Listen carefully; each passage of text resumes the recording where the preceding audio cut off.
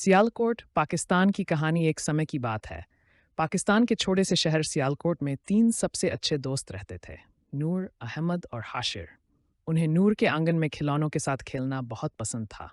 नूर के पास एक अद्भुत खिलौनों का बक्सा था जिसे किसी ने पहले कभी नहीं देखा था। ये बड़ा और रंगीन था और इसके ढक्कन पर सुनहरे सितारे बने हुए थे। एक दिन धूप भरी दोपहर में तीनों दोस्त बक्से के पास इकट्ठा हुए, एक नई मस्ती के लिए तैयार। जैसे ही नूर ने बक्से का ढक्कन खोला, एक हल्की सी टिंग की आवाज आई और उन्होंने खिलौनों के ऊपर एक सुनहरी चाबी पड़ी देखी। यह कहाँ से आई? अहमद ने हैरानी से पूछा। हाशिर ने चाबी उठाई और देखा कि उसके साथ एक रिबन में बंधा हुआ एक छोटा सा नोट था। उस नोट पर लिखा था, अपने सपनों का दरवाजा ढूंढो। तीनों दोस्त उत्साह से एक दूसरे को देखने लगे। चलो उस दरवाजे को ढूंढते हैं, नूर ने खुशी से कहा। वे आंगन में ऊपर नीचे ढूंढने लगे, जब तक अहमद ने बक्से के पीछे कुछ अजीब नहीं देखा।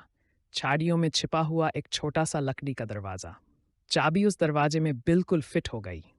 जैसे ही दरवाज़ा धीरे धीरे खुला, एक जादुई हवा का झोंका उनके चारों ओर घूमने लगा। अचानक बक्से के सारे खिलौने चमकने लगे और जिंदा हो गए। नूर की गुड़िया डेजी अपने नन्हे पैरों पर घूमने लगी। अहमद का खिलौने वाला ट्रक रोशनी चमकाते हुए तेज रफ्तार से दौड़ने लगा। हाशिर का मुलायम खिलौना ड्रैगन अपने पंख फड़फड़ाने लगा और बोला, टॉयलैंड में आपका स्वागत है। दरवाजे के अंदर एक जादुई दुनिया थी जहां सारे खिलौने रहते थे। दोस्तों ने खूब मजे किए। अहमद के ट्रक पर सवारी की, नूर की गुड़िया के साथ पकड़म पकड़ाई खेली और हाशिर के ड्रैगन की मदद की जो चमकीले धुएं के छोटे छोटे गुबार उड़ा रहा था। जैसे जैसे सूरज ढलने लगा, ड्रैगन ने कहा, अब तुम्हें घर लौटना होगा। लेकिन याद रखना, जब भी तुम खिलौनों का बक्सा खोलोगे, जादू हमेशा तुम्हारा इंतजार करेगा। तीनों दोस्त आंगन में लौट आए, उनके दिल आश्चर्य और खुशी से भरे हुए थे।